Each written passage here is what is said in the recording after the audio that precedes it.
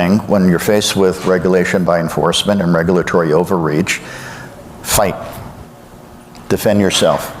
Don't surrender. Which is what Ripple chose to do, which is what our CEO chose to do, what our chairman chose to do, who are named personally in a non-fraud case. There's never been a crypto case in the United States where individuals have been named along with the company with no allegation of fraud. They did it in our suit. Why did they do it? To try to bring us to our knees and surrender, and we didn't. So we fought them, and we won in a very important way. And I think that has given courage to other participants. Guys, it will interest you to know that 19 banks report exposure to XRP, in total 9.4 billion euros investment positions. This is really shocking as no one expected this. Banks from all over the world, including those from North America, Europe, and other regions, have announced their intention to invest in cryptocurrency assets, with XRP occupying significant positions. The Basel Committee on Banking Supervision, which is widely regarded as the preeminent global authority on the regulation of banks, has recently released a study that details the exposures of its 45 member central banks to cryptocurrencies like XRP. The BCBS made a statement stating that over the course of the past 5 years, its committee had implemented a number of different analytical and supervisory measures in response to Bitcoin. As part of these efforts, a novel crypto data gathering template was built, as was indicated in the article. According to the article, BCBS revealed that 19 banks shared data regarding their crypto assets. 10 of these banks originated from North America, 7 from Europe, and 2 from other places, making up the total number of banks. The information revealed that the banks had declared a total of 9.4 billion euros in crypto asset exposures, which is equivalent to $10.27 billion.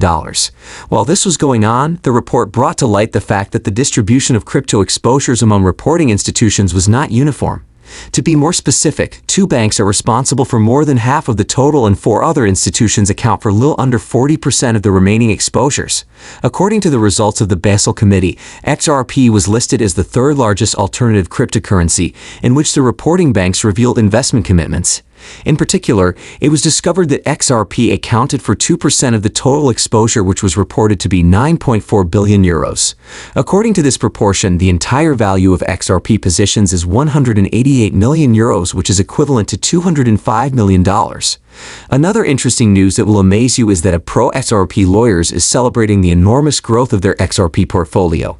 Recently, attorney Jeremy Hogan was a partner at Hogan & Hogan and is considered to be one of the most prominent pro-crypto lawyers on X, expressed his satisfaction with the expansion of his holdings of XRP. Jeremy claims that his holdings of XRP had experienced a jump of more than 60% since he first purchased the digital currency approximately 2 to 3 years ago. As a result of the development, he is convinced that he made the appropriate decision.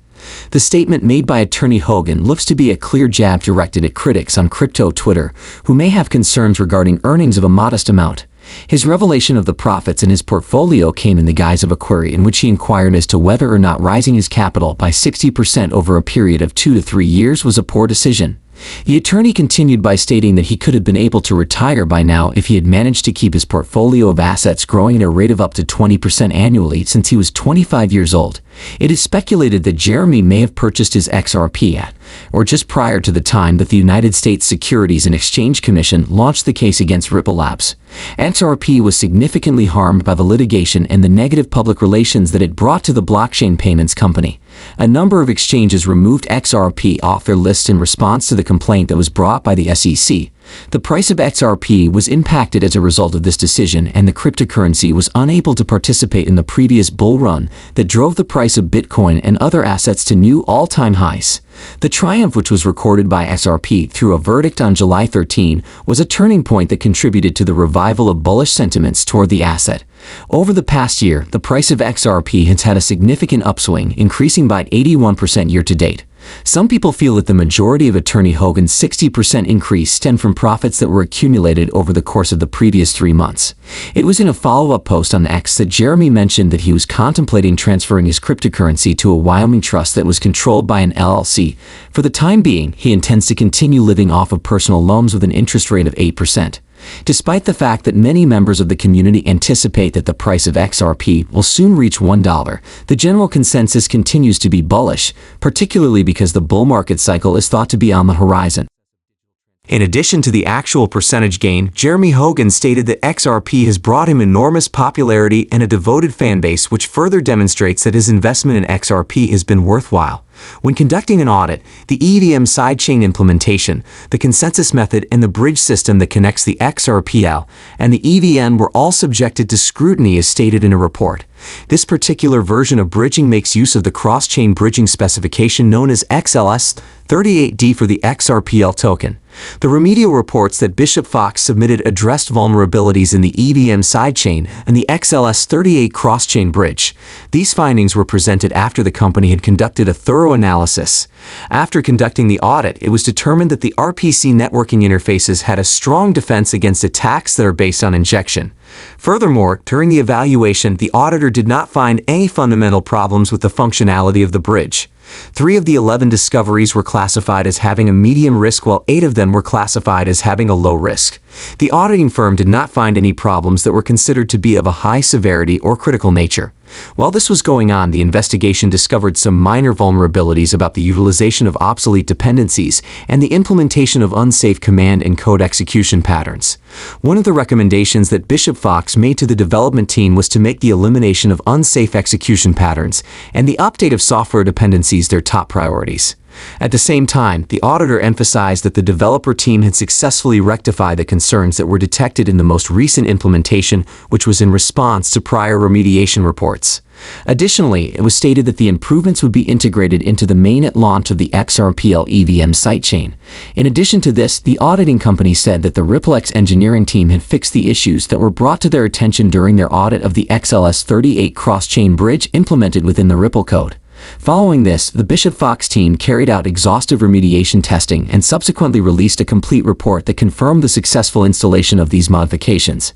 Persist is working with Ripple to develop the XRPL EVM sidechain in order to maximize the efficiency of decentralized finance. This is an important development that should be mentioned.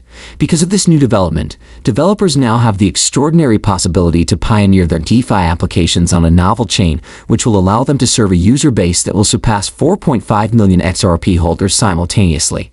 The creation and deployment of cross-chain decentralized applications can be made simple for builders by utilizing well-known smart contract languages. In addition, users are able to make use of a safe bridge that is constructed according to the XLS38 cross-chain bridging specification in order to facilitate the transfer of funds between the XRPL mainnet and the EVM sidechain in a seamless manner. As was previously reported, a number of cryptocurrency exchanges including Coinbase and Kraken were compelled to relist the XRP cryptocurrency after the court ruled that the coin did not qualify as a security. A short time after the United States Securities and Exchange Commission charged Ripple with breaking federal securities laws in December 2020, several cryptocurrency trading platforms originally removed XRP from their platform. However, since the judge ruled that programmatic XRP sales on digital exchanges do not constitute securities, it reversed their decision and relisted the cryptocurrency once again. Morgan, an attorney, asserts that the most recent significant result is the growing utilization of Ripple's on-demand liquidity solution as well as the collaborations that the Blockchain Corporation has formed with leading companies. It is important to note that Ripple has signed collaboration agreements with leading companies since the month of July. The collaboration between Ripple and Rocket Fuel, Uphold, and FOMO is one example of the partnerships that have been undertaken. Attorney Morgan noted that these occurrences contributed to the rapid increase in the price of XRP, which went from a low of $0.46 to $0.62. In spite of the fact that the attorney is of the opinion that the price movement of XRP since July is superior to that of other currencies, he admitted that the cryptocurrency asset is still falling behind other assets. Despite the fact that the 3 outcomes that Hogan described have had a beneficial impact on the price of XRP, he questioned how XRP could experience a parabolic increase that could assist it in reaching 3 figures. That's all for now.